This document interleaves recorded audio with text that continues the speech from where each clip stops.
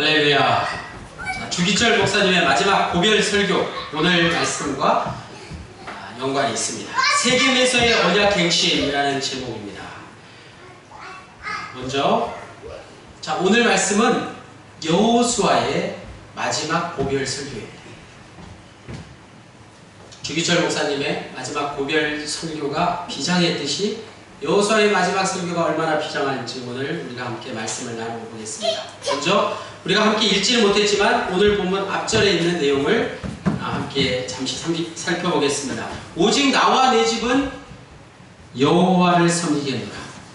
오직 나와 내 집은 여호와를 섬기겠노라. 우리가 잘 아는 말씀이죠? 누구의 말이라고요? 여호수아의 말입니다. 여호수아의 말씀입니다. 23장의 시작과 함께 여호수아의 마지막 고별 설교, 즉 마지막 유언의 말씀이 시작되었습니다. 23장 그리고 24장 꼭 한번 전체를 읽어보시기 바랍니다.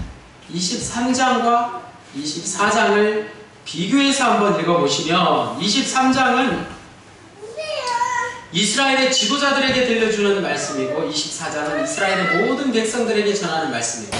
또 다른 차이는 장소가 23장은 실로라는 곳에서 행해진 설교고 24장은 오늘 말씀의 제목에 나와 있는 대로 세겜에서 행해진 설교입니다.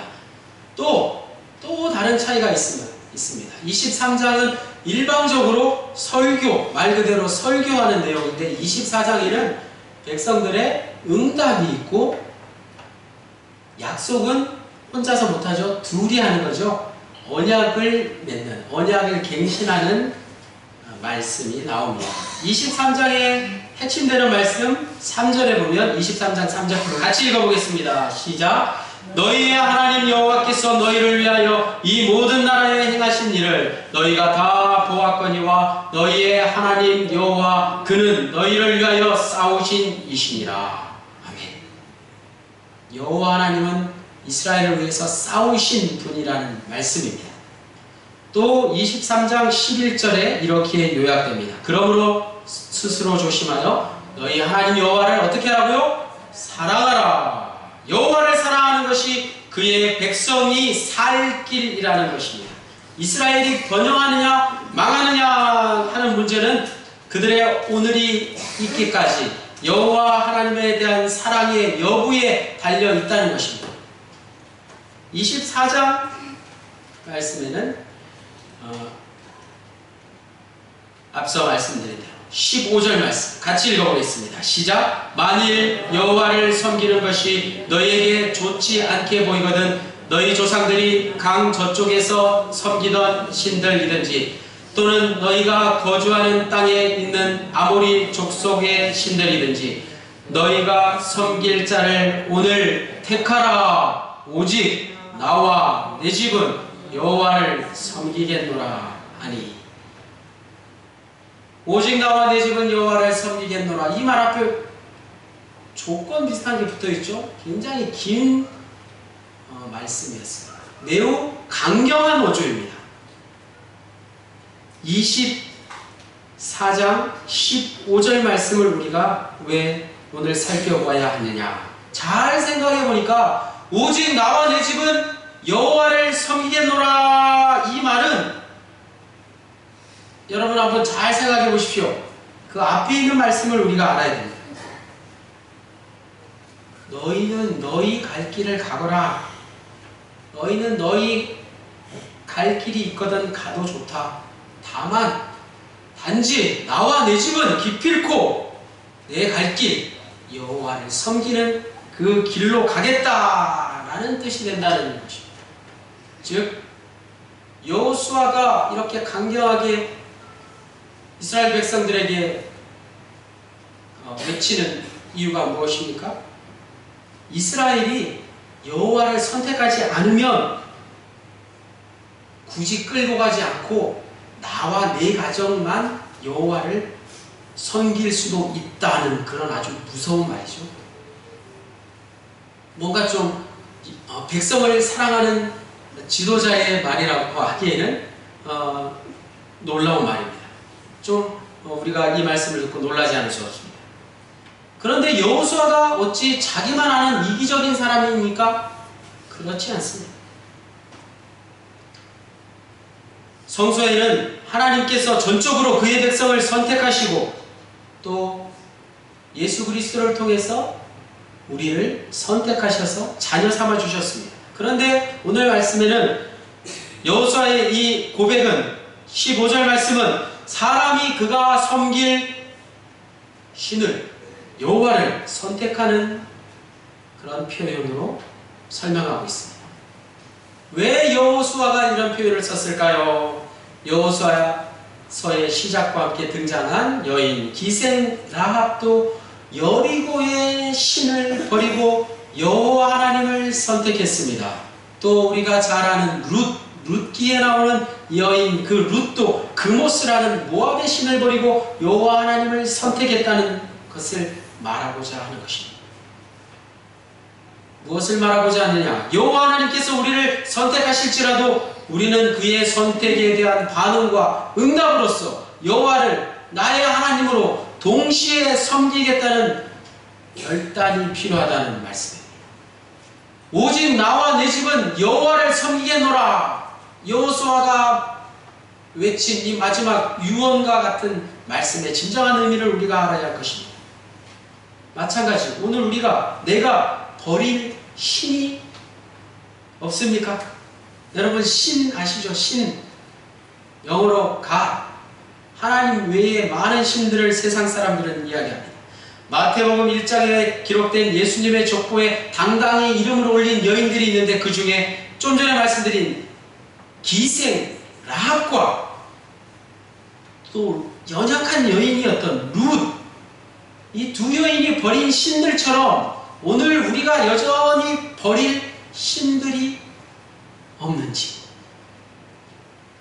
그 신이라고 하는 것은 불교나 이슬람교나 힌두교나 다른 종교에서 말하는 신들을 언급하고자 하는 게 아닙니다. 여호수아 시대에는 풍요와 다산의 신인 바알이나 아세라 농경사회에 꼭 필요한 신들이 많이 있었습니다. 기록에 찾아보면 이집트에는 무려 수많은 정말 상상할 수 없을 정도로 많은 신들이 존재했다고 합니다. 우리 사회, 우리 한국에는 어떻습니까? 우리 사회에 여전히 많은 신들이 존재합니다. 여러분 한번 생각해 보십시오. 토속신앙, 그리고 미신, 샤머니즘이라고도 하는데 그런 신들을 열거할 필요도 없이 우리가 늘 사용하는 말들 가운데 우리가 얼마나 신을 좋아하는지 잘 알 수 있습니다. 예를 들어서 신의 아들이라고 이렇게 이야기해요. 신의 아들이라는 책 제목인가요? 거기서 따와서 군대에 안 간 사람을 신의 아들이라고 봐요. 또 신의 직장이라고 합니다. 편하다는 말이죠. 또 신의 한수, 바둑둘 때 아주 중요한 그 핵심이 되는 그 한수를 신의 한수라고 그렇게 말합니다. 거리낌 없이 신이라는 말을 사용하고 최근에 여러분 그 TV나 인터넷에 보시면 미모가 아주 뛰어나고 전문직에 종사하는 여자를 가리켜서 뭐라고 하는지 아세요? 여신이라고 합니다. 여신. 사람을 여자를 보고 여신이라고 해요. 여기서 말하는 우리가 이렇게 신이라는 것을 좋아하는데 신을 좋아하는데 도대체 어떤 신을 두고 우리가 하는 말일까요? 신이라고 부를 정도면 숭배의 대상이 될 정도니 어떤 매력이나 어떤 힘이나 그런 강력한 끌림이 있는 존재일 것 같습니다. 하지만 여신들을 한번 면밀히 한번 지켜보십시오. 조금만 들여다보면 신이라고는 감히 도저히 부를 수 없는 참으로 허무한 존재에 지나지 않는 것들임을 우리는 모르지 않습니다. 우리가 신이라고 부르는 게 과연 신인가 하는 것을 우리는 생각하지 않습니다. 잘 깊게 생각해 보지 않습니다. 그렇다면 오직 하나님 한 분만을 유일신으로 인정할 때 그 외에 하나님 외에 모든 신들은 인간이 만든 우상에 불과하다는 것이 확실합니다. 그렇죠? 결국에 내가 버릴 신은 무엇입니까? 저와 여러분에게 남아있는, 저와 여러분 마음속에 들어있는 우상, 그 우상들을 버려야 신을 버릴 수 있습니다. 내가 버려야 할 신이 바로 그것입니다. 즉 인간의 그릇된 욕심을 반영하는 허무한 존재들을 우리는 신이라는 이름으로 잘못 부르고 있는데 그것이 곧 우상이라는 것입니다.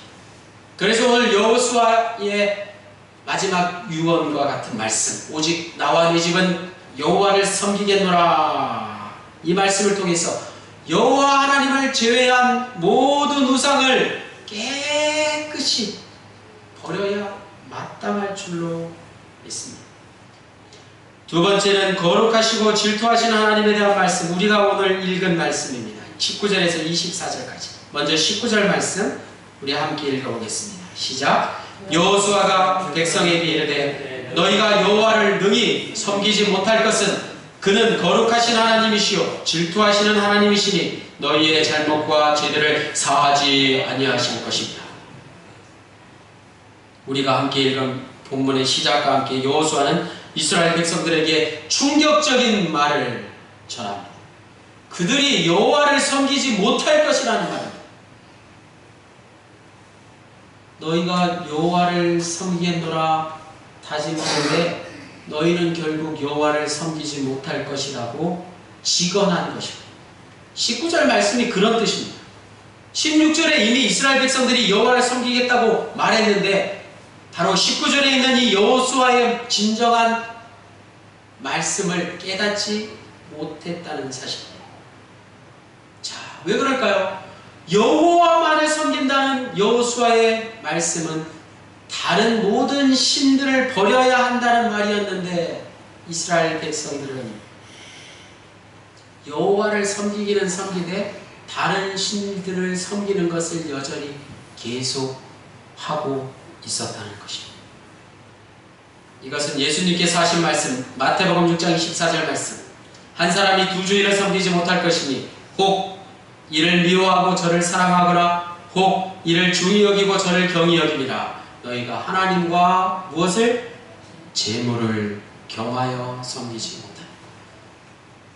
복음서에 예수님께서 말씀하신 이러한 것들이 바로 하나님 외에 다른 신들이 될 수 있다는 것입니다. 이스라엘 백성들이 여호와를 섬기지 못하는 이유는 하나님은 거룩하시고 질투하시는 분이시기 때문이라고 계속해서 말씀하고 있습니다. 여호와는 모든 신들로부터 모든 피조물로부터 구별되시는 하나님이십니다.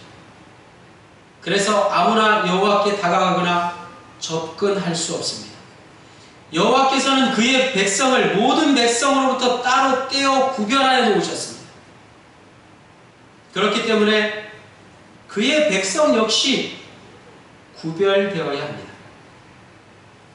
또 여호와는 질투하시는 하나님으로, 여기서 말하는 질투는 사랑을 전제로 하는 말입니다. 질투하시는 하나님이시라는 말은 하나님의 사랑을 경험한 사람만이 느낄 수 있는 영적인 사건입니다. 하나님과 함께하는 평화와 안식과 기쁨의 삶을 아는 사람만이 하나님의 질투를 두려워할 수 있기 때문입니다. 그래서 여호와 하나님의 질투는 단순한 질투로 끝나는 것이 아니라 반드시 심판과 구체적인 징계로 나타납니다.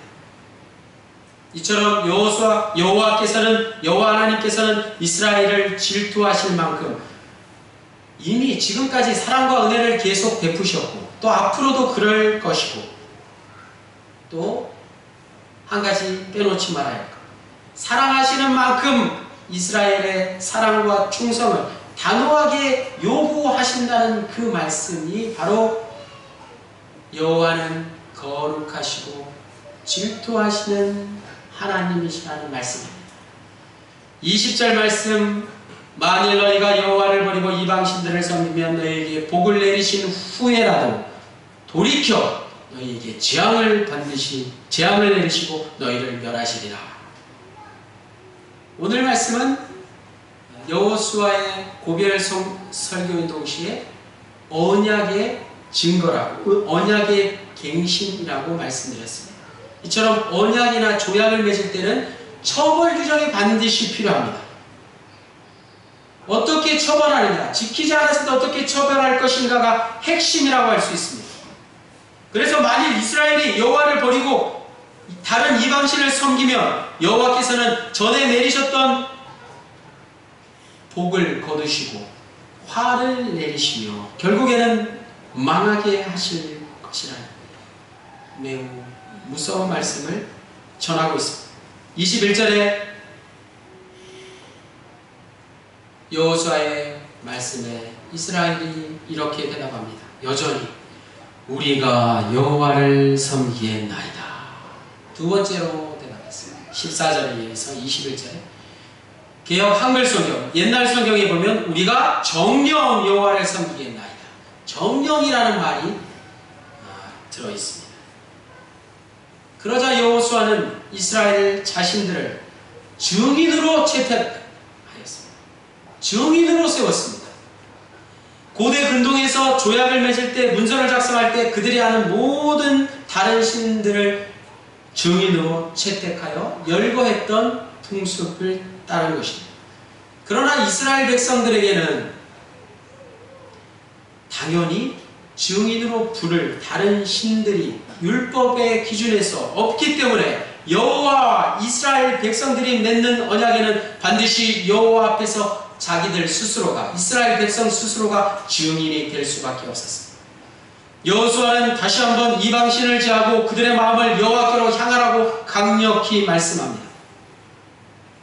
그러자 이스라엘 백성들이 24절에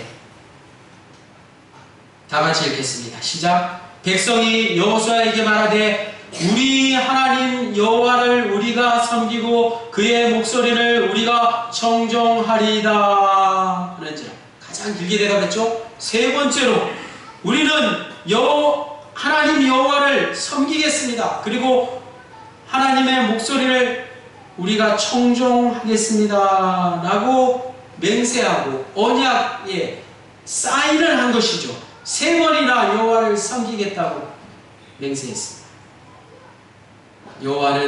여호수아는 이처럼 점차 강도를 높여가면서 또 지혜롭게 이스라엘의 충성 맹세를 결국에는 받아낸 것입니다. 왜냐하면 그것이 이스라엘이 사는 길이었기 때문이었습니다. 여기서 우리가 잠깐 질투하시는 하나님에 나온 이 질투에 대해서 알아보겠습니다. 질투와 시기에 대해서 한번 우리가 구분해 보겠습니다. 사전적으로 질투, 시기 둘 다 이런 뜻이 있습니다. 다른 사람이 잘 되거나 좋은 처지에 있는 것 따위를 공연히 미워하고 깎아내리려고 하는 것. 질투 그리고 시기 같은 뜻이에요. 좋지 못한 뜻이죠. 질투와 시기는 우리가 종종 혼동하기 쉽습니다. 왜냐하면 우리의 감정이 그렇기 때문에. 질투나 시기나 우리 신체에서 나타나는 반응이 똑같기 때문입니다. 그런데 질투하고 시기는 분명 다른 점이 있습니다. 무엇이 다를까요? 질투, 잘 아시죠? 질투하는 거예요. 질투 많이 하잖아요.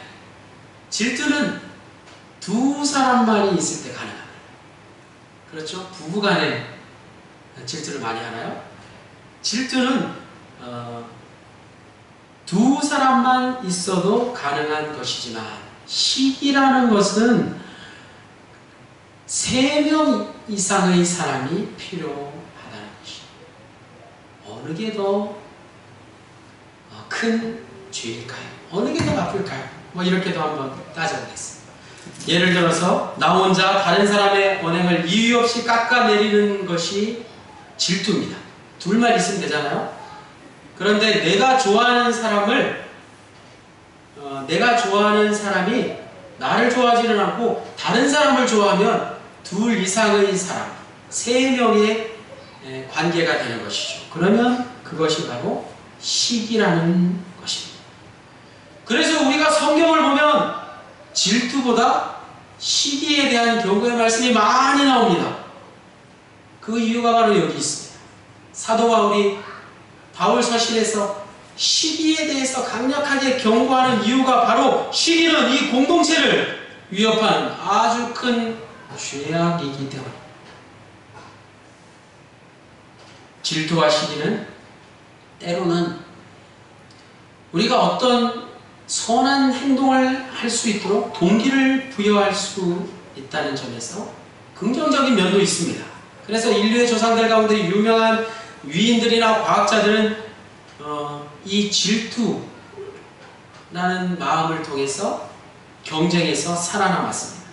그런데 오늘날에 와서 비로소 우리가 깨달은 게 무엇입니까? 이러한 질투와 시기는 결코 도움이 되지 않다는 것입니다.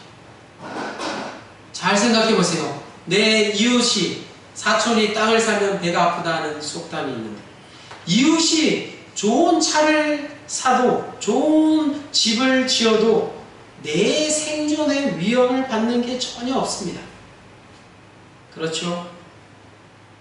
질투와 시기는 자연스러운 감정이지만 둘 다 우리를 억압하는, 스트레스를 유발시키는 가장 큰 원인이 될 뿐만 아니라 우리의 행동을 잘못된 방향으로 이끄는 원인이 된다는 사실을 분명히 알아야 됩니다. 그래서 우리는 모든 일에 질투와 시기, 이러한 감정을 느끼지 않도록 노력해야 할 것입니다.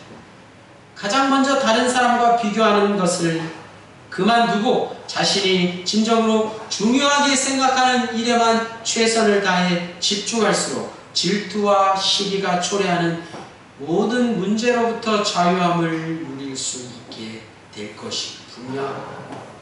마지막 언약을 새롭게 맺는 이스라엘 25절 말씀 다 같이 읽겠습니다. 시작. 그날에 여호수아가 세겜에서 백성과 더불어 언약을 맺고 그들을 위하여 율례와 법도를 제정하였더라. 아멘. 율례와 법도. 이처럼 구약의 율법은 계속해서 발전을 이루어간 것이죠. 율법이 처음부터 그렇게 많은 항목들이 마련된 게 결코 아니라는 것입니다. 구약을 지탱하는 이 율법, 이스라엘 백성들을 있게 한 이 율법은 이처럼 계속 갱신되어 왔다는 것입니다. 여기서 그날이라고 하는 것은 여호수아 24장 1절에 나오는 대로 여호수아가 세겜에 이르러서 이스라엘 장로들과 그들의 수령들과 재판장들과 관리들을 불러 모으고 여호와만을 섬기도록 강권한 날입니다. 요즘 말로 하면 예수 믿는 사람들 뿐만 아니라 모든 지식인들과 정치인들과 지도자들을 다 한데 불러 모아서 하나님을 믿으라고 말한 것이죠. 그날의 사건이 바로 언약이라는 것입니다. 언약 사건이라는 것입니다. 보통 사람이 어떤 약속을 할 때는 법적인 구속력이 없습니다. 따라서 법적인 구속력을 가지려면 오늘 본문 말씀처럼 일정한 형식을 갖추어야 하는 것입니다. 문서를 기록해야 되고 그 문서에 인을 쳐야 되고 증인을 세워야 하는 것입니다. 또 앞서 말씀드린 대로 가장 중요한 게 무엇이라고요? 언약을 지키지 않았을 경우에 어떻게 해야 하는가? 엄격한 규정이 있어야 한다는 것입니다. 때로는 목숨을 내놓아야 한다는 것입니다. 율례와 법도를 지키지 않았을 때는 과감하게 목숨을 내놓을 수 있어야 되는 것입니다. 이것을 상징적으로 보여주는 말씀이 창세기 15장 17절 말씀. 해가 져서 어두울 때 연기나는 화로가 보이며 타는 횃불이 쪼갠 고기 쌓이고 지나더라. 아브라함이 불의 언약, 횃불의 언약을 맺은 것입니다. 짐승을 잡아 쪼개고 언약 당사자가 그 쪼갠 고기 사이를 지나가는 그런 의식을 치른 것입니다. 출애굽기 24장 8절에 모세가 그 피를 백성에게 뿌리며 이르되 이는 여호와께서 이 모든 말씀에 대하여 너희와 세우신 언약의 피니라. 모세는 짐승을 잡아 그 피를 언약 당사자들에게 뿌리는 의식을 해냈습니다. 이 같은 언약 예식이 우리에게 전하는 메시지가 무엇입니까? 언약을 어기는 자는 반드시 그의 목숨도 그 짐승의 피와 같이 죽게 될 것이라는 것을 많은 증인들 앞에서 피차간에 사무간에 다짐하는 것이므로 언약이 바로 목숨을 담보로 한 약속이라는 사실입니다. 세상의 역사를 기록하는 데에도 빼놓을 수 없는 게 바로 사건의 시간과 장소와 그 사건의 주인공입니다. 여호수아가 바로 오늘 그러한 일을 행한 것입니다. 이스라엘이 여호와만을 섬기겠다는 맹세를 기초로 여호와를 섬기는 구체적인 율례와 법도들을 하나하나 백성들에게 알려주고 그것을 율법책에 기록하고 마지막에 드디어 모압 평지에서 기념하는 큰 돌을 여호와의 성소 곁에 세웠습니다. 신명기 29장에 나오는 대로 모세가 죽기 전에 모압 평지에서 이러한 일을 행한 것처럼 이제 가나안에 들어서는 순간, 가나안에 정착하는, 가나안 땅에 정착하여 살 수 있도록 여호수아는 여호와 하나님만을 섬기라고 백성들에게 강력하게 강권하며 언약을 맺게 한 것입니다. 그 돌을 볼 때마다 이스라엘 백성들은 여호와 하나님과 맺은 언약을 기억할 것입니다. 그리하여 그들이 여호와를 배반하려 할 때 그 돌이 세겜에 세운 그 돌이 여호와와 맺은 언약들을 하나하나 생각나게 할 것이고 반역의 길을 돌이켜 다시 여호와 하나님께로 나아가게 할 목적인 것입니다. 이처럼 여호수아의 마지막 유언은 이스라엘 백성들이 여호와 하나님의 언약 백성으로서 여호와 하나님께 충성하도록 하는 것입니다. 그래서 기존에 있던 출애굽기 19장 5절에 나오는 모세가 시내산에서 여호와께 받은 그 십계명으로 맺어진 언약 관계를 새롭게 갱신했다는 것입니다. 갱신했다는 사실이 중요합니다. 이미 맺은 약속을, 언약을 새롭게 갱신했다는 것입니다. 이스라엘은 모세를 통해서 시내산에서 십계명을 받고 또 오늘 본문에서 여호수아를 통해서 세겜이라는 곳에서 그 언약을 새롭게 갱신했습니다. 갱신, 개혁, 변화. 오늘 우리에게 이 시대의 그리스도인으로서 필요한 언약이 바로 개혁과 갱신과 변화, 이러한 것들입니다. 가장 중요한 것은 예수 그리스도를 통한 변화라는 사실입니다. 어쩌면 저와 여러분이 서 있는 바로 이곳에서, 이 낙형영문 이 자리에서 날마다 하나님과의 언약을 이루기 위해서 나를 새롭게 하는 일들이, 언약의 갱신들이 날마다 일어나야 할 줄로 믿습니다. 그런데 혹시 그러한 약속들이 잘 지켜지지 않습니까? 그렇다면 그러한 약속을 맺은 시간과 장소가 언제 어디였고 대상이 누구였는지 자세하게 기록하여 그것을 찾아보십시오. 그것을 기도함으로써 주님께 고백하십시오. 그리고는 늘 기억 속에 떠올려 보십시오. 가깝게는 올 2017년 새해를 시작하면서 여러분 다짐한 약속들 생각나시나요? 하나님께서 저와 여러분에게 올 한 해 새롭게 주신 말씀들이 여러분 기억나시나요? 올 한 해가 다가기 전에 이제 달력이 2장 채 남지 않았습니다. 한 달 보름 조금 더 남았어요. 지금이라도 늦지 않았습니다. 올 한 해가 다 가기 전에 올 초에 세운 약속들 꼼꼼히 점검해 보시고 실천에 옮길 수 있기를 바랍니다. 무엇보다도 중요한 것, 그것은 저와 여러분이 예수님과 맺은 약속이 있다는 것입니다. 오늘 세겜에서 언약을 갱신했듯이 우리는 이제 우리 모든 그리스도인들은 예수 그리스도와 함께 맺은 약속, 언약이 있다는 것입니다. 그 언약이 무엇입니까? 여러분, 예수님과 맺은 언약이 무엇입니까? 예수님께서 나를 구원하시고 이제 다시 나를 데리러 오신다는 약속 말입니다. 그 약속을 잊지 마십시오. 그래서 약속을 지킬 수 있는 가장 확실한 방법은 약속을 붙들고 사는 것이라고들 말합니다. 약속을 믿고 사는 사람들이 바로 그리스도입니다. 그러므로 오늘 말씀의 제목 세겜에서의 언약 갱신이란 말처럼 우리의 삶 속에서 예수님과의 약속을 지키지 못했던 일들을 새롭게 다시 돌이켜보고 갱신함으로, 변화함으로 새로운 개혁을 일으킴으로써 예수 그리스도와 약속을 다시 한번 굳건하게 지켜나갈 수 있는 저와 여러분 되시기를, 주님의 약속을 믿고 굳게 서서 주님을 찬송하며 살아가는 저와 여러분 모두가 되시기를 간절히 축원합니다. 아멘. 하나님 감사합니다. 오늘 말씀에서 주신 그 세겜의 언약 갱신처럼 우리도 예수 그리스도와의 약속을 다시 한번 굳건하게 확신하며 살아갈 수 있도록 주님 우리에게 은혜를 베풀어 주옵소서. 모든 말씀을 예수 그리스도의 이름으로 기도하였습니다. 아멘.